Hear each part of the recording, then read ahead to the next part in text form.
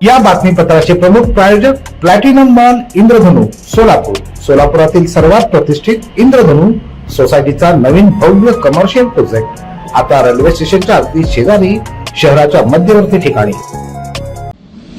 पालिका निवडणुकीत भाजपाची लाट होती आणि अशाही परिस्थितीमध्ये एमआयएमचे 8 नगरसेवक पालिकेत निवडून आले. खरं तर ऐन पालिका निवडणुकीच्या तोंडावर या पक्षाला गडबाजीचं ग्रहण लागलेलं होतं, अन्यथा पतंग अधिक उंचावर गेली असती. निवडून आलेल्या 8 सदस्यातून एक स्वीकृत नगरसेवक एमआयएमच्या वाट्याला आलाय. मात्र याबाबत देखील पक्षामध्ये एकमत दिसून येत नाही. मुळात पालिकेतील एमआयएम वर नियंत्रण कोणाचं हाच प्रश्न महत्वाचा ठरतो आहे. या पक्षाची सारी मदार हैदराबादवर अवलंबून आहे. स्वीकृतसाठी मोर्चे बांधणी करताना काही जणांनी छत्रपती संभाजीनगर मार्गे हैदराबाद गाठलं, पण यातूनही कोणताही फैसला समोर आला नाही. एमआयएम कडून स्वीकृतसाठी नय्यूम सालार, फिरदोस पटेल आणि गाजी जहागीरदार यांनी आपले अर्ज सादर केलेत. यापैकी संधी कोणाला मिळणार हे पाहणं महत्वाचं आहे. नय्यूम सालार यांची स्वीकृतसाठी चर्चा असताना फिरदोस पटेल आणि गाजी जहागीरदार यांनीही आपले उमेदवारी अर्ज दाखल केलेत. यामुळं एमआयएमला स्वीकृतसाठी निर्णय घ्यावा लागणार आहे.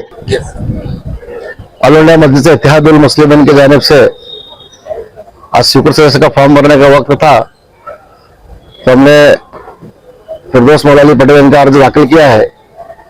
पक्ष का जो आदेश है पक्ष का आदेश का पालन करेंगे और पक्ष जिसको देंगे हम उनके साथ रहेंगे इंशाल्लाह. किती जणांनी फॉर्म भरले? आता पक्षाकडून 2-3 भरलेले आहेत. काय नाव आहे? आता काय माहित पडलं नाही. गाजी जागीरदार, नयीम सालार, फिरदौस पटेल आणि भरलेले आहेत. पक्षाने जे आदेश देईल ते पक्षाच्या आदेश पालन करू. विरोधी पक्ष नेत्यासाठी तुम्ही काय मागणी? विरोधी पक्षाची मागणी करणारच आहेत. आणि उद्याचा बोर्ड संपल्यावर विरोधी पक्षाने बघणार जाऊन आम्ही आणि ते पद घेणार आहे.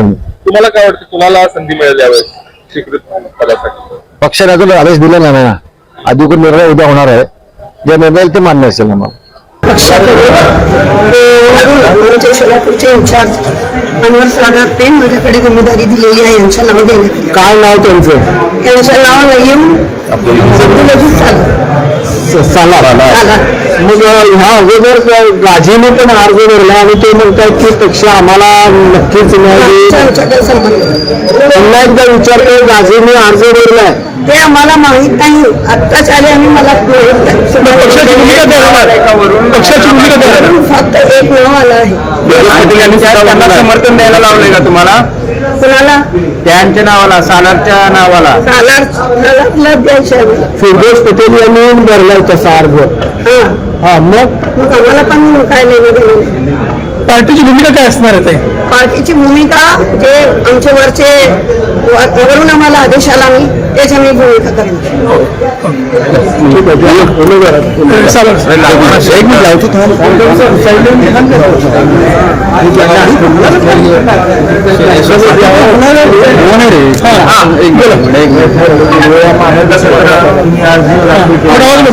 तुम्हाला संधी दिलेली आहे. काय नेमकं धोरण असणार आहे पुढच्या काळामध्ये, कशा पद्धतीने वाटतं?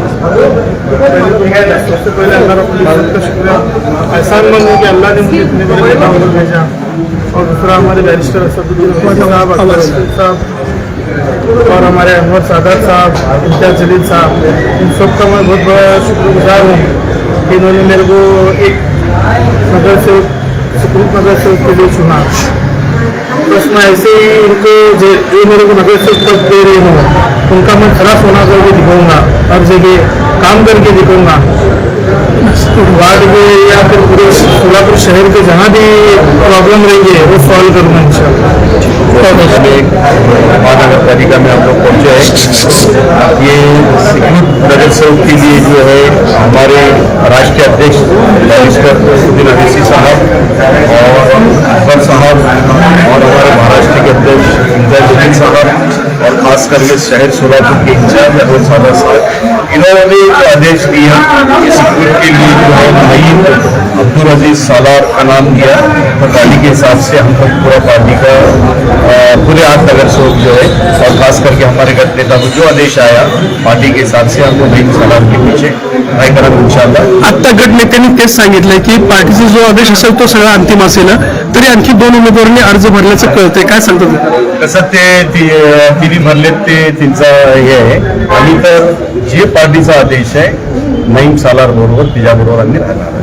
एका सदस्याची संधी असली तरी MIMचे पक्षांतर्गत राजकारण कमालीचं वाढल्यानं हैदराबादचे नेते कुणाच्या बाजूने आपला फैसला देतात आणि त्याचे पडसाद कसे उमटतात हेही तितकंच महत्वाचं.